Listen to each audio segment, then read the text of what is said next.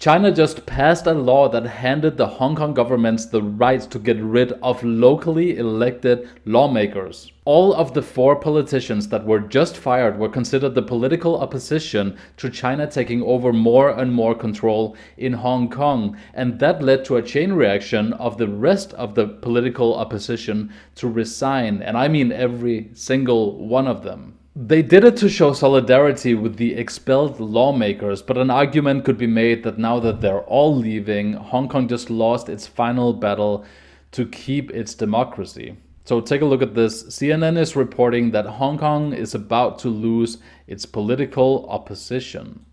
On Wednesday, the Beijing government passed a resolution allowing Hong Kong authorities to expel locally elected lawmakers without having to go through the courts.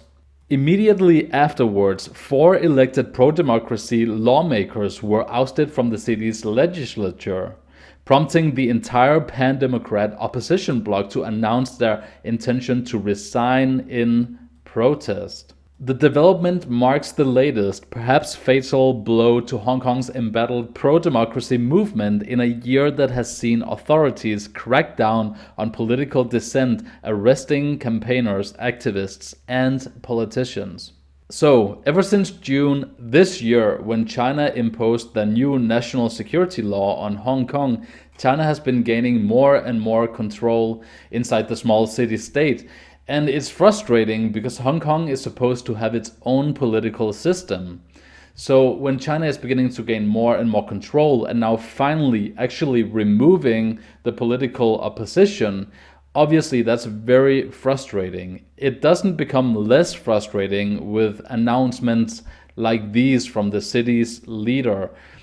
Take a look at what it says here in the CNN article. Later that evening, Hong Kong's leader, Chief Executive Carrie Lam, said in a news conference that lawmakers who do not respect China's sovereignty cannot genuinely enact the basic law, so they cannot genuinely perform their duties as legislators.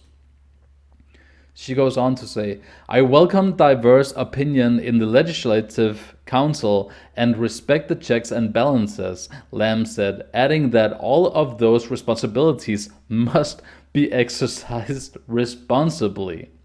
China's Ministry of Foreign Affairs also defended the resolution, saying it was reasonable, constitutional, and legal. So there it is. That's the death of democracy in Hong Kong, because there's only a few things that signify that you have a well-functioning, healthy democracy. One of them is you being able to protest what the decisions of your rulers. And the other one is for you to have an independent political system. The last one has just been wiped away today. The other one was wiped away back in June when the CCP government enacted the national security law in Hong Kong. This guy is one of the politicians, one of the 4 politicians that were initially fired yesterday from the new regulations that the CCP government gave to the Hong Kong government.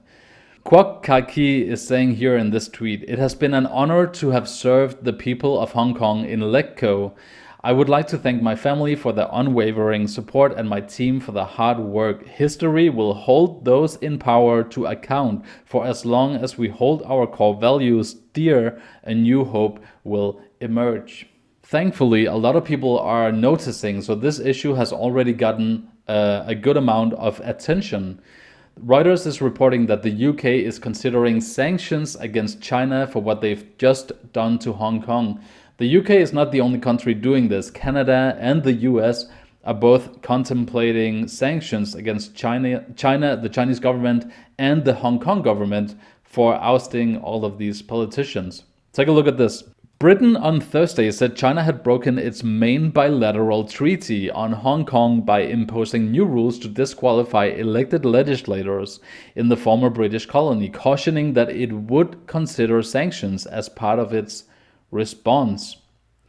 Britain summoned China's ambassador Liu Xiaoming, I'm not sure I got that right, but bear with me, to express its deep concerns, and Raab's deputy Nigel Adams told Parliament that it was considering possible sanctions on individuals over China's actions. We will continue to consider designations under our Magnitsky-style sanctions regime, said Adams, Britain's Minister for Asia. He was asked by lawmakers if Britain would sanction Hong Kong Chief Executive Carrie Lam. The reason the reporter is asking about individual sanctions on Carrie Lam is that Carrie Lam, from the first article I brought up today, has been accused of letting China take over control of Hong Kong way too easily, to not resist the takeover of the Chinese politicians. Adams said that it would not be helpful to speculate on names at this stage. China's embassy did not immediately respond to a request for a comment. Look guys.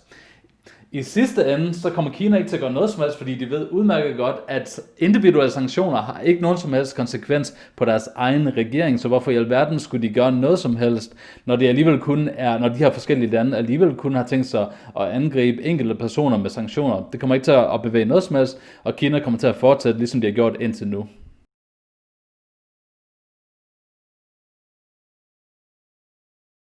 The fall of democracy has really been taking place ever since June in Hong Kong, when China imposed this national security law and began slowly but surely to take over. But now obviously it's very blatant, it's very in your face when they decide to fire, just directly circumvent the law and fire these opposition politicians. They're just getting rid of them. Now that they've gotten rid of all of them, there's nothing holding them back from completely taking over. And they're not going to be satisfied here. Now that they see that they're successful and the international community is completely unable to stop them in any way at all, my prediction is that you're going to see China set their eyes more on Taiwan instead. Because Taiwan is kind of in the same position. The only difference is that Taiwan has a very strong military and they're very capable of defending themselves. But my prediction is keep your eyes on the news for China beginning to take over Taiwan now. But that is for another video. Remember to subscribe to my channel if you found this video useful. I do regular updates, so also if you want to keep up to date, it's a really good idea to subscribe and hit the notification bell so you receive videos when I actually put them out with any important news updates. Thank you so much for watching. Take care of each other out there, guys, and I'll see you in the next video.